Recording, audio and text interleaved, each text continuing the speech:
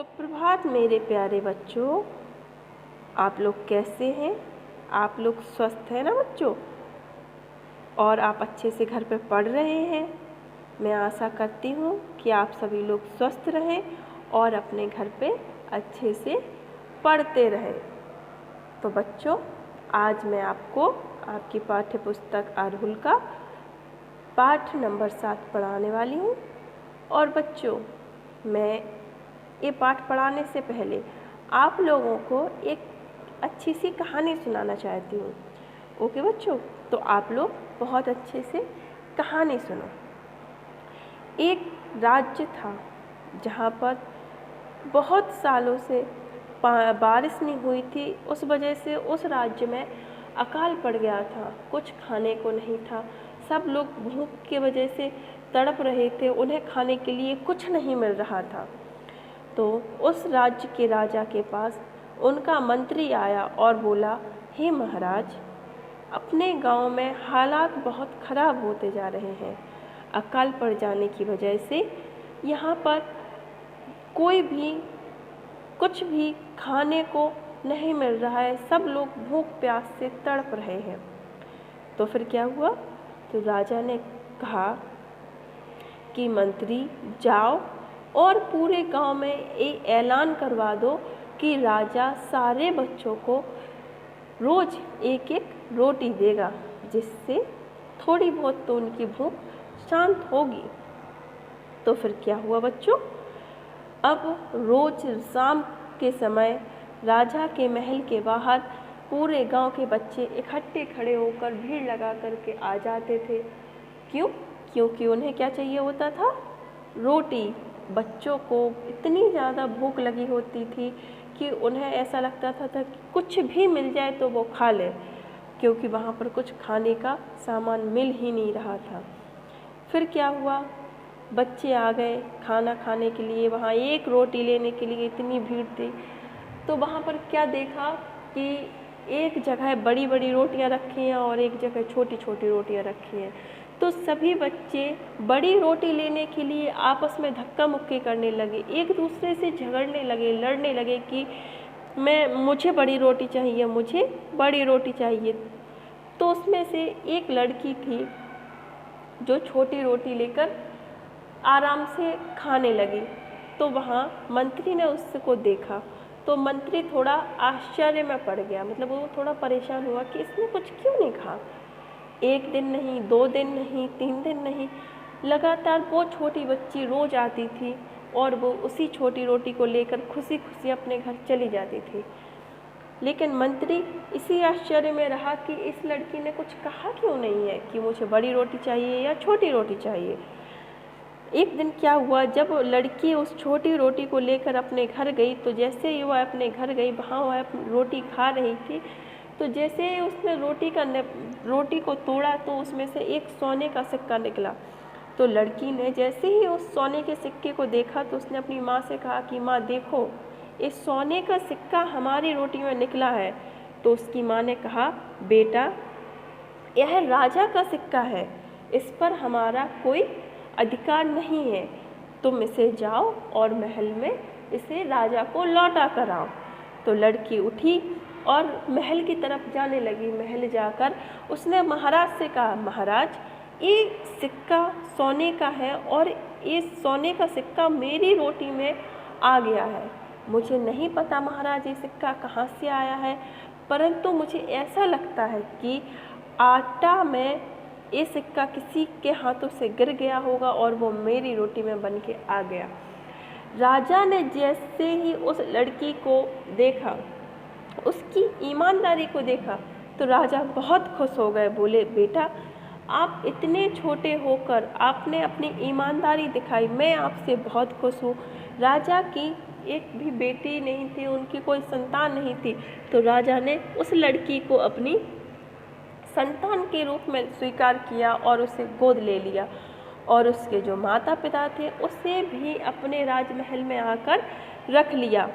तो कहते हैं बेटा कि ईमानदारी ही सर्वश्रेष्ठ गुण है। उस लड़की की ईमानदारी के कारण ही वह एक राजमहल की राजकुमारी बन सकी। तो बच्चों हमें क्या सीख मिलती है? हमें ये सीख मिलती है कि ईमानदारी सर्वश्रेष्ठ गुण है। ईमानदारी सबके पास होती है, लेकिन कोई कोई लालच में आकर अपनी ईमानदारी छोड़ देता है। तो हमें ईमानदारी को बनाए रखना है। तो बच्चों आज हम ऐसा ही एक ईमानदारी की कहानी अपनी किताब में पढ़ेंगे, जिसका नाम रामू है। एक ईमानदार लड़का जिसका नाम क्या है? रामू। यह पाठ विद्यार्थियों को ईमानदारी का पाठ पढ़ाएगा। जिस प्रकार रामू को अपनी ईमानदारी का अच्छा फल मिला, उसी प्रकार यदि आप भी ईमानदारी का साथ दोगे तो ईश्वर आपको अच्छा ही फल देगा। किसी ने सच ही लिखा है, ईमानदारी सर्वश्रेष्ठ गुण है। देखो बेटा, जैसे मैंने आपको कहानी सुनाई है ना उस लड़के की, वैसे ही इस कहानी में भी एक ईमानदार लड़का है जिसका नाम क्या है? रामू। आओ हम रामू के बारे में पढ़ते हैं। एक गांव में रामू नाम का लड़का रहता था। उसके गांव का नाम सकरपुरा था। वह सरल विचारों का लड़का था।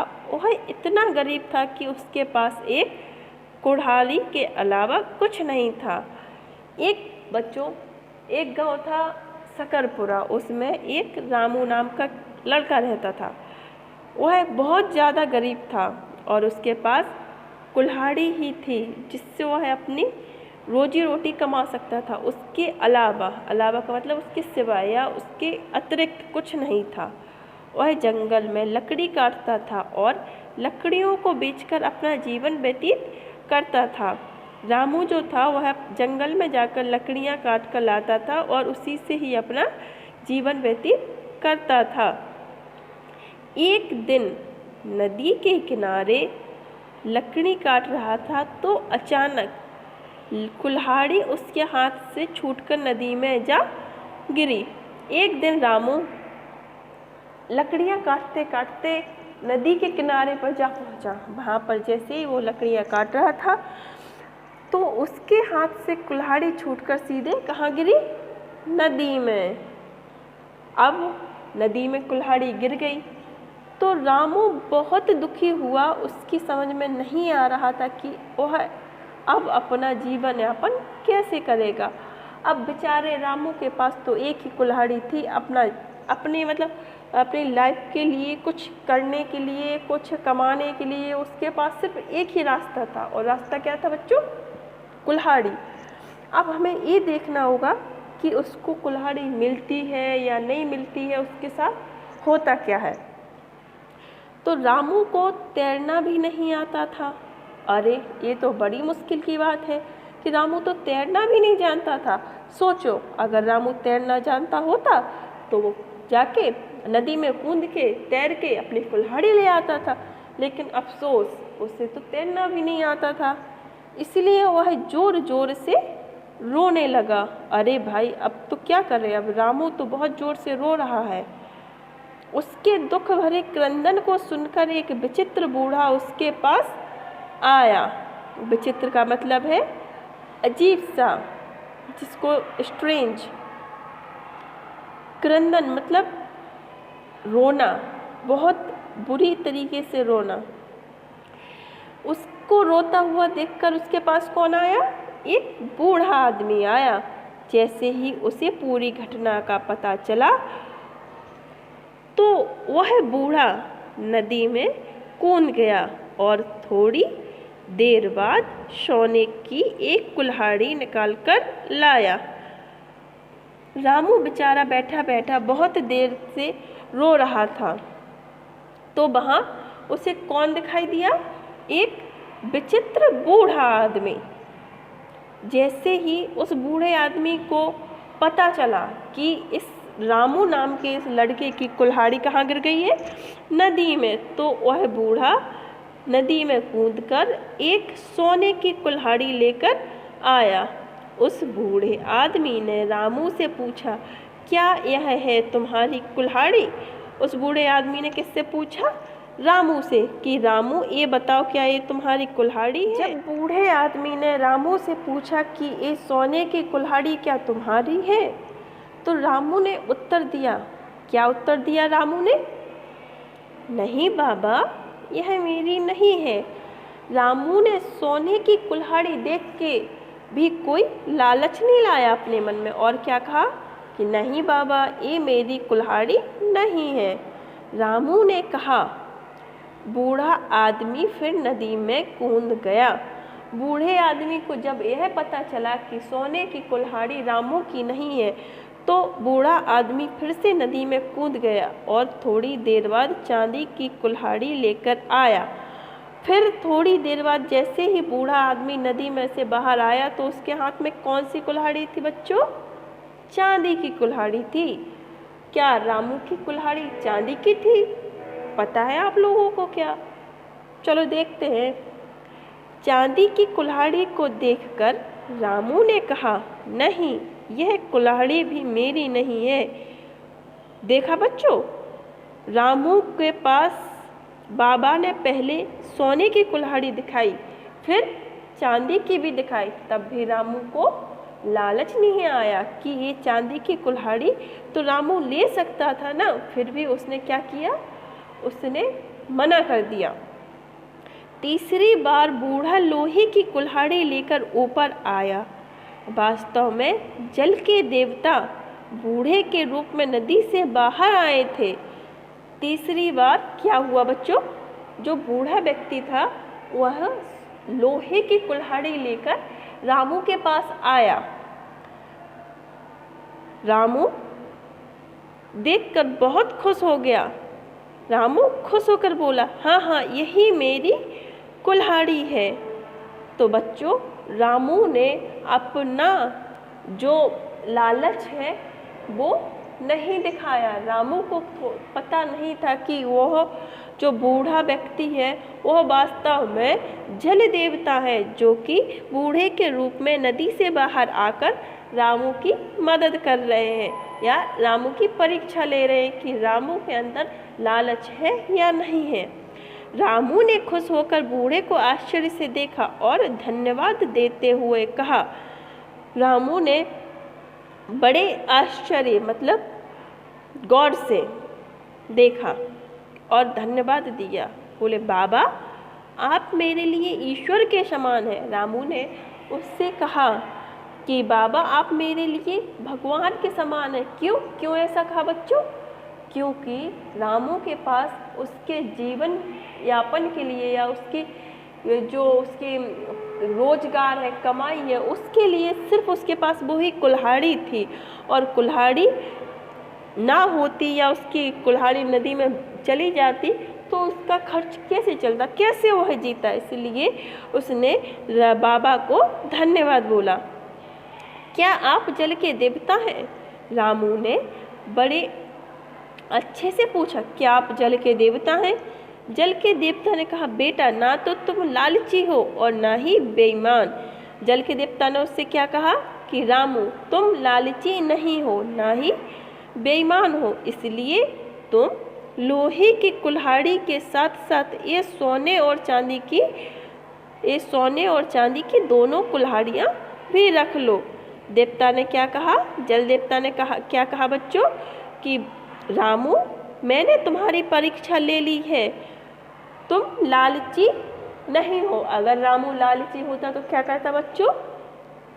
तो वह सोने की कुल्हाड़ी देखते ही उससे कह देता कि बाबा ये मेरी कुल्हाड़ी है, या फिर चांदी की कुल्हाड़ी देखकर तुरंत कह देता कि बाबा ये मेरी कुल्हाड़ी है।